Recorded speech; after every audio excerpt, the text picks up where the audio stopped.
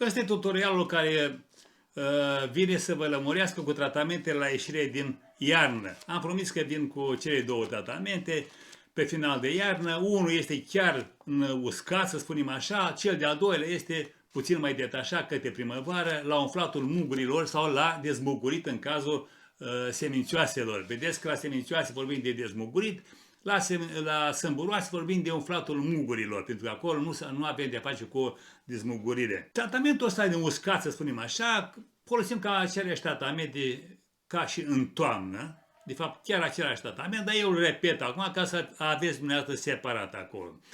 Deci folosim cuprice și anume, fie folosim produse care conțin o anumită substanță, de exemplu șamp care conține hidroxid de cupru, fie alcopral care conține oxiclorură de cupru sau putem folosi acum un nou produs care este cuprantol duo, care conține cele două substanțe, deci combinate în anumite proporții.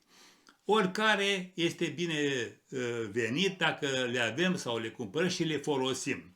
Doza este de 0,25 până la 0,3%.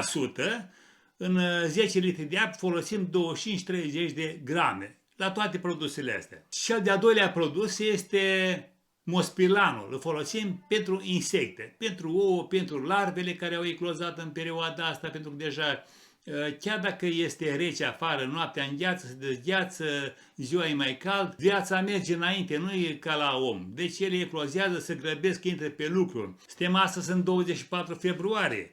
De la 1 martie, acum și până pe data de 15 martie, trebuie să facem acest tratament, prim tratament de ieșire din iarnă, pe baze cuprice. Pentru că acum eclozează, nu eclozează o parte din insecte, dar tot acum depune ouăle puricile melifer, care este foarte periculos. Deci acum musca, mama lor, depune ouă la baza mugurilor, nu pachetate ca la omizi, când face fluturile, ce dezordonate pe acolo, la baza mugurilor floriferi și în special la partea de jos, de la baza pomului, unde e mai aproape de sol.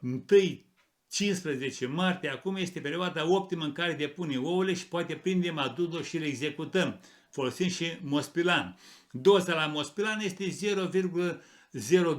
adică 2 grame, dar eu recomand să puneți 3 grame la 10 litri de apă. Ăsta este primul tratament, am spus și perioada 1-15 martie, temperatura aerului să fie pozitivă, adică nu neapărat să fie 20 de grade, dar peste 7-8 grade, să ne asigurăm că și noaptea care urmează va fi de la fel o noapte care să nu înghețe, deci ca să avem eficiența tratamentului. Dacă tot lucrăm și dăm și bani, vrem să avem și rezultate, ne ocupăm, dăm tratamentul ca lumea și pe o parte și pe alta, ne asigurăm că avem substanțe pătrunse pe la tot, pe la muguri, la baza mugurilor acolo, în solzișorii mugurilor acolo, mai ales la solzii mugurilor care nu sunt floriferi, dar sunt vegetativi, ei au rămas acolo cu mulți solzi pe ei, acolo se depozitează majoritatea ciupercilor. Mergem la doilea tratament și am spus că îl facem mai târziu un pic acolo spre primăvară, la dezmugurit. Nu spun data pentru că, vedeți dumneavoastră, data diferă de la o zonă la alta, de la un soi la altul și așa mai departe. Dacă suntem în câmp, dacă suntem în sat, situația diferă. Dar nu vorbim de o dată exactă. Ne urmărim fenofaza, adică în ce situație este pomul. Momentul este la dezmugurit în cazul semințioaselor. Acolo vedem că mugurile din vârful ramurei de rod, acel mugure care am văzut noi cum arată bombat, rotund și bine pregătit, crapă și se văd acele moațe, acele inflorescențe. Deci până la înflorit, se vede cum crapă mugurile. Deci atunci este momentul optim. În cadrul sâmburoaselor se vede cum mugurile sunt umflați deja. Dar nu se vede nicio formă de pornire în înflorit, adică nu avem buton. Buton ce înseamnă? Vă spun și cu ocazia asta ca să știm. Buton înseamnă că deja se vede culoarea florii, un pic se întrevede. Când ne uităm în livada de prun, se vede așa o tentă albă ușoară, alb verzuie. Deci acolo avem de a face cu butonul alb la prun. Dacă ne uităm la cais, vedem o tentă roșiatică. Deci acolo avem de a face cu butonul roșu la cais, la persic, un roz, la păr, la măr alb cu o tentă mov. Deci este clar că acolo avem de-a face cu buton. Ăla este alt tratament din rețeta care am prezentat eu în cele două tutoriale pe care le aveți deja pe canal. Tratamente la sâmburoase, tratamente la semințioase.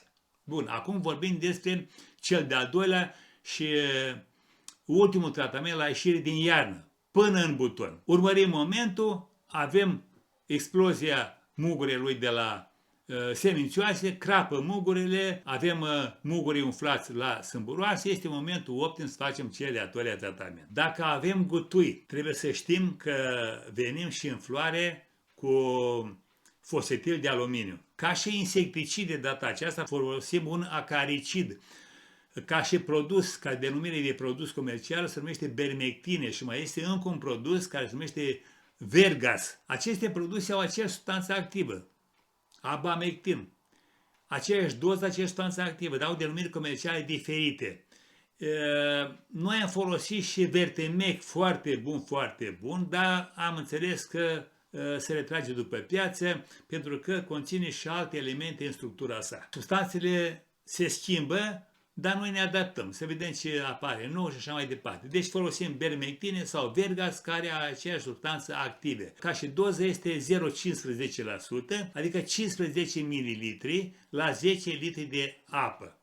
Și am spus, folosim acest produs mai ales pentru păduchi, păduchile țestos, păduchile lânos, puricile meliferi. Aici e zona când eclozează și pornesc la luptă și se instalează pe lăstare tineri, pe inflorescențe, la baza mugurilor, acolo încep să instaleze și consumă chiar din muguri. Bun, acum ce vreau să vă mai spun eu este să dăm atenție la tratamente.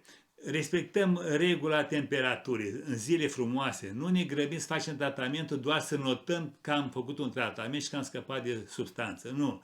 Facem tratamentele cu răspundere în așa fel încât să fim siguri că beneficiază pomul de aceste tratamente și noi să ne bucurăm în final. Aceste tratamente și cele care urmează la buton și după floare sunt esențiale pentru recolta noastră. Restul tratamentului se fac așa de ameliorare, de a ține în șah anumite elemente, dar astea acum, ultimele două și primele două de la floare, înainte de floare și după floare, sunt esențiale. Dacă am făcut aceste tratamente, putem garanta că avem producții foarte bune și de calitate în continuare, iar pomul nu este atât de stresat. De aceea vă recomand ca tratamentele să fie făcute în zile cu o căldură 7-8-10 grade și să avem grijă, ne uităm acolo pe telefon, ca noaptea să nu înghețe, să avem și o puțină prelungire ca și climă favorabile tratamentelor noastre. Tratamente când le face, căutăm să acoperim întreaga suprafață a ramurilor de rod, să nu rămână suprafețe netratate, că după aceea insecta vine acolo sau boala se dezvoltă după ce trece câteva zile și tratamentul își pierde din eficacitate, el vine și se instalează din nou și atacă și atunci trebuie să repetăm tratamentul. Deci facem tratamentul în așa fel încât să ne asigurăm că ramurile, toate organele pomului sunt umezite cu substanța, cu produsul nostru, cu soluția respectivă. După ce am făcut tratamentele, le notăm și pe acestea acolo într-undeva, într-un caiet, unde am notat și pe cele din toamnă și următoarele tratamente neapărat avem evidența lor. La un moment dat vedem ce am tratat, cu ce am tratat, momentul tratamentelor, ce urmează să facem, ca nu cumva să le suprapunem sau să omitem anumite substanțe din rețeta noastră pe care o folosim. Și cu ocazia asta, dacă apare o problemă, putem să spunem, domnule, am folosit substanța asta și am problema asta. Asta înseamnă că noi trebuie să ne adaptăm, venim cu altceva, dar să știm ce tratamente a făcut și când s-au făcut. Asta este un lucru foarte, foarte important, să avem evidența tratamentelor. Trofim este numele meu și vă mulțumesc pentru tot ce ați făcut pentru mine, că v-ați abonat, că ați dat like-uri, că ați distribuit filmele mele pe rețelele de socializare și l-a cunoscut și la prieten. La revedere și succes pe toată linia!